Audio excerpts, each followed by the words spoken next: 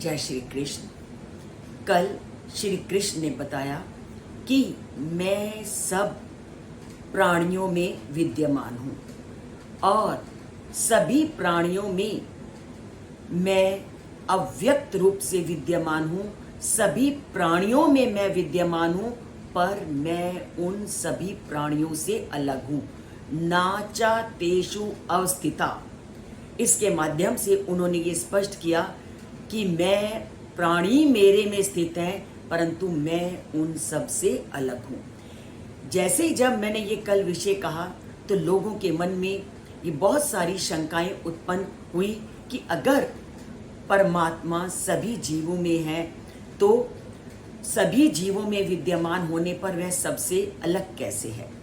तो इसका उदाहरण के माध्यम से मैं आपका स्पष्टीकरण करती हूँ कि समुद्र में लहरें उठती हैं और समुद्र में समाहित हो जाती हैं, क्योंकि लहरों का जो स्वरूप है वो सीमित है और समुद्र असीमित है। तो असीमित समुद्र लहरों में नहीं समा सकता, पर लहरें समुद्र में समाहित हो सकती हैं।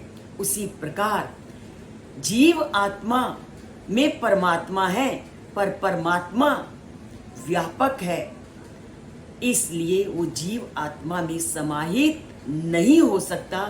जीव आत्मा परमात्मा का अंश है, पर परमात्मा उसमें समाहित नहीं हो सकता। और इसी को श्री कृष्ण आज के श्लोक में कहते हैं, नाचा मत स्थानी भूतानि पश्ये में योग ऐश्वरम भूत भृत नाचा भूत स्तो मम आत्मा भूत भावना। क्या कहते हैं कि मेरे में सब प्राणी हैं। मत स्थानी, मैं ही सब प्राणियों को उत्पन्न करने वाला हूँ, मैं ही सब प्राणियों का रचयिता हूँ। सभी प्राणियों के अंदर मैं विद्यमान हूँ।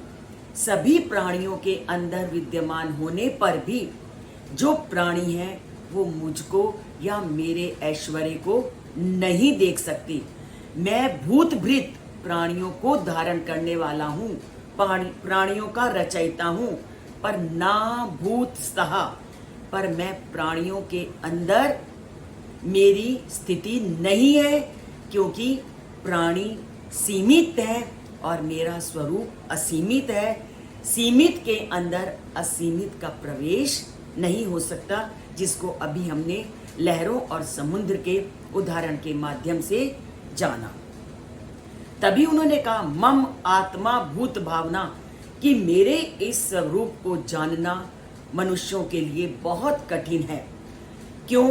क्योंकि भगवान की पराशक्ति, जीवात्मा शक्ति, माया शक्ति के द्वारा वह सबको भ्रमित करते रहते हैं और इस भ्रमित के कारण व्यक्ति उसके स्वरूप को जान नहीं सकता। और इन दोनों शक्तियों से ऊपर इनकी एक देव माया शक्ति है। देव माया शक्ति से जो परमात्मा है वो अपने स्वरूप को हमेशा ढके रहता है और उस स्वरूप को व्यक्ति तभी जान सकता है अगर वह भक्ति भावना से उस स्वरूप को जानने का प्रयत्न करे। और जब तक व्यक्ति उसके स्वरूप के प्रति जिज्ञासु नहीं होता, उसके जानने का प्रयत्न नहीं करता, उसके प्रति प्रेम, भक्ति भाव, श्रद्धा इत्यादि को अपने मन में धारण नहीं करता, तब तक वह परमात्मा के उस स्वरूप को जानने में समर्थ नहीं हो सकता। तो परमात्मा के उस व्यापक रूप को जानना है, उसके अव्यक्त रूप को जानना है, तो अपने अंदर ज्ञान को, अपने अंदर के अज्ञान को ज्ञान से दूर करना है, उस परमात्मा के प्रति भक्ति भावना को जगाना है। तभी हम उस परमात्मा को जान सकते हैं, तभी उस परमात्मा को समझ सकते हैं। तो इसके लिए हमें क्या करना है?